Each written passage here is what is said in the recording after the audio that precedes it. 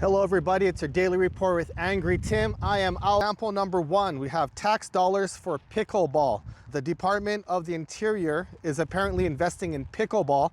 Specifically, it recently provided a $12 million grant for a 30-court pickleball complex in Las Vegas. Pickleball players in Vegas clearly benefit from this initiative, but is it really fair to force taxpayers in other states like Connecticut to pay for sports complexes in Nevada? So there you go, all our hard working dollars going to taxes, and we got a group of people sitting around at a table deciding, hey, let's put a pickleball court in Las Vegas. How does that make any sense? Number two, ghost towns on the government's dime. One of the surprisingly large sources of government waste is money spent on maintaining empty or largely empty government buildings. Senator Paul cites in a recent Government Accountability Office report that identified nearly $10 billion in federal funds wasted on empty office space. Most federal offices are ghost towns, with 17 out of 24 agencies using only 25% or less of their space in 2023, Paul notes. Even the busiest offices barely reach 50% of capacity. The GAO calculated building capacity based on usable square feet per employee. It found that many of these buildings are just oversized, expensive storage units for empty desks. Wow. Okay, number three, promoting DEI, diversity, right, among bird watchers. So the National Science Foundation recently spent close to $300,000 on what seems to be a DEI initiative for bird watching groups.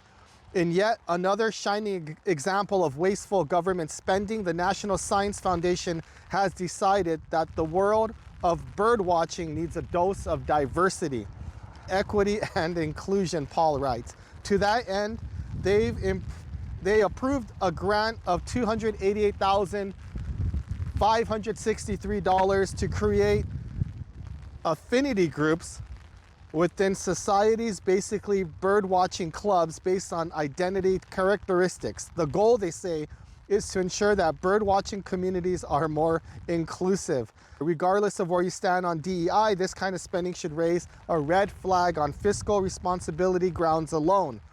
Surely there are more pressing needs than this.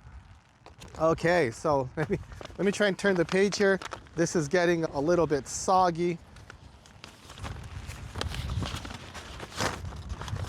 All right, so here we go. Oh, hold on. I don't know if you can, it might be hard to see how windy and rainy it is out here. All right, so number four, advancing fertilizer use in foreign countries. The tragically misnamed United States Department of Agriculture is spending money on, well, not only the United States. The 2024 Festivus report highlights that the USDA is spending $20 million on the Fertilize Right initiative to advance fertilizer use in all places, Pakistan, Vietnam, Colombia, and Brazil. This was one of a number of items in the report that involved American taxpayer dollars going to foreign countries. And number five, the best one, money for circus performances. The 2024 Festivus report highlights $365,000 has been spent by the National Endowment for the Arts to promote circuses in city parks. Paul quotes the late David Bowes in his comments on this story. Government funding of anything means government control. As we should not want an established church, we should not want established art. The Department of Energy spent $15.5 billion to push Americans towards electric vehicles. They don't want. The Department of State squandered $4.8 million on influencers, TikTok, YouTube, Instagram stars, and celebrities. And the Agency for International Development, USAID, they've been getting a lot of heat lately. They're spending $20 million on Alan Sim, a new Sesame Street show in Iraq. So If you're wondering why taxes are so high, why America's broke, why our infrastructure is falling apart, why our kids are not getting educated, well, that's where all the money's going. We're making Sesame Street shows in the Middle East with our tax dollars instead of spending that money right back at home, fixing our streets, sewers. How about the people, from the hurricane, the fires, living in tents now? So anyway, this should make you mad.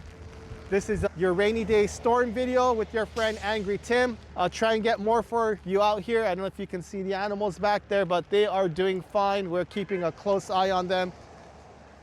And I'll have more videos for you soon. Your friend Angry Tim.